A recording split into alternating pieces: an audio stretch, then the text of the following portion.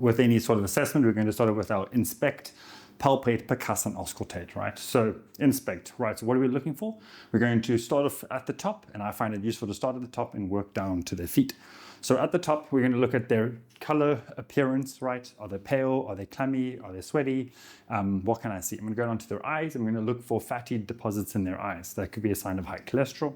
I'm also going to pull down their eyelid, obviously asking for consent from a real person. And we're going to look if that is pale or if it's well perfused. If that's pale, they could very well be anemic.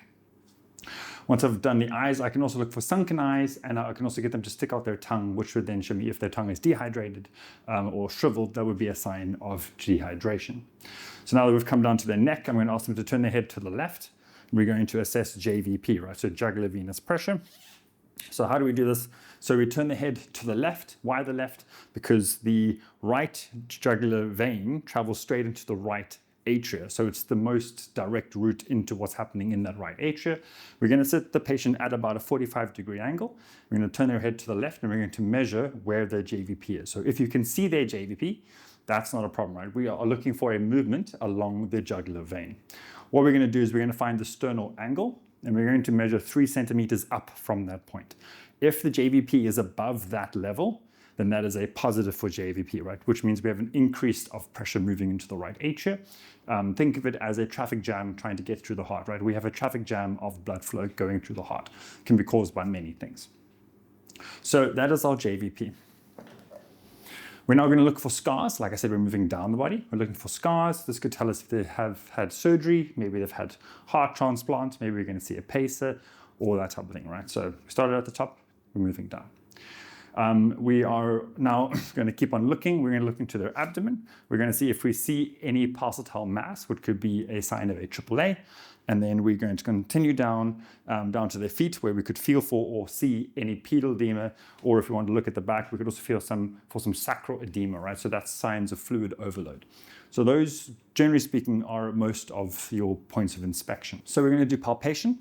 So we're going to feel for a radial pulse, right? So we're going to go for their radial pulse. We're going to feel their pulse. Is it strong? Is it regular? If we have the monitor attached, is it associated with all of the ECGs or all of the QRSs that we can see, sorry? Cool, so now that we know that that's strong, it's regular, and it feels about normal, that's what we want to know, right? We can also then lift their finger above their heart and check for cap refill time. So the finger should be above the heart, because of gravity will pull the blood into the finger. We squeeze it for 3 seconds, we let go, and we see how long that blood takes to return to the finger. So that's your cap refill time. We're also going to feel for cold hands. So cold hands is also a possible sign of poor perfusion. We are then going to do our brachial radial delay, our radial radial delay, and our radial femoral delay, right? So we're going to feel the radius and the brachial. They should feel quite close to each other. The brachial happens, or the brachial pulsation happens, and then straight afterwards the radial. So that isn't a delay. It's more when you feel the brachial, and then there's a pause, and then you feel the radial. So this is something where you would see this in aortic stenosis, right? We're then going to do a radial radial delay. We could see this in a aortic rupture. So the radial radial should be exactly the same. Then we're going to do a radial femoral, probably on the same side. You could also compare. So we're going to feel the radial pulse and the femoral pulse, and we're going to see if there's any delay. There shouldn't be a delay. And once again, that has got to do with the aorta, which could be rupturing, or it could be dissecting, right? So blood traveling down one of the lines of the aorta, which is not great. We're going to palpate the apex beat, which is in your mid-clavicular line on your 5th intercostal space, right? Which is generally around the line of the nipple line sort of thing. And so we're going to find that, and we can apply our hand to that point. And what we're feeling there is the most pulse that we can get from the left ventricle. So we should be feeling the pulse of the left ventricle mid-clavicular line on the 5th intercostal space, right? If it's moved any more lateral, then that means that the heart is enlarged. And that's obviously not a good sign, right? So then we have someone who could have an enlarged heart.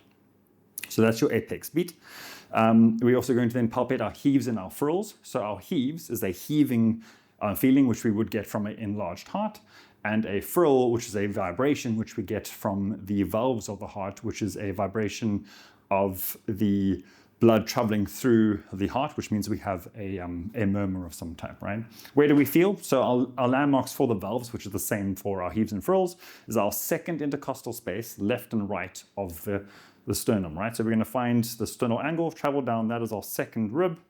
Cool, so our second intercostal space, right? So we can feel for our heaves and our frills, we can feel with the palm of our hand, we can place it onto each of the valves, and we can feel for frills, which is our vibration, and we can apply or feel for each of those valves to feel for any vibration.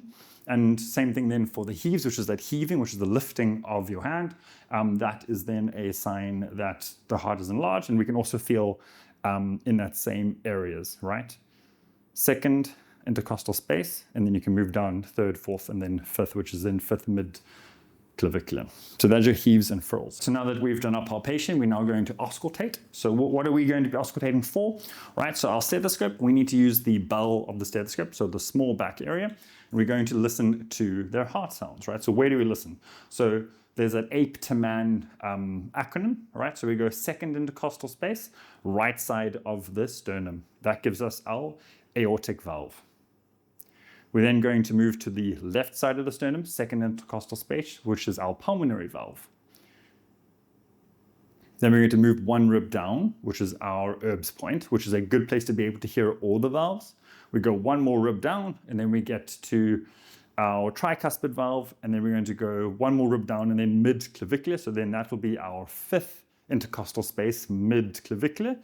And that will be our mitral valve, right? So those are all of our valves. What are we listening for and what are we hearing, right? So S1 and S2. S1 is your AV valves closing, right? So that is your mitral and your tricuspid valves closing. So those are the valves between your atria and your ventricles, right? So that's at the start of contraction. And then at the end of contraction, we then have our aortic and our pulmonary valves shutting, right? Because once the heart's contracted, and that force is applied, then the pressure in the heart drops, and then you have your S3 and S4, right? So S3 is the rushing of blood through a valve just after systole has ended, when the heart starts to relax and blood flows straight into the ventricles, right? Past all the valves. And then S4 is the blood hitting the side of a thickened ventricle, right? So a thickened cardiac wall, and that also happens just before systole because the heart isn't contracting when the heart fills up, right? And so that is your heart sounds. So after you have done your inspection, palpation, percussion, and auscultation, not that there is any percussion in the cardiac exam, we would then do our tests. So we could do our ECG, we could do our sugar, we could do our temperature, and all the other vital signs we haven't done yet, but that is your cardiac exam.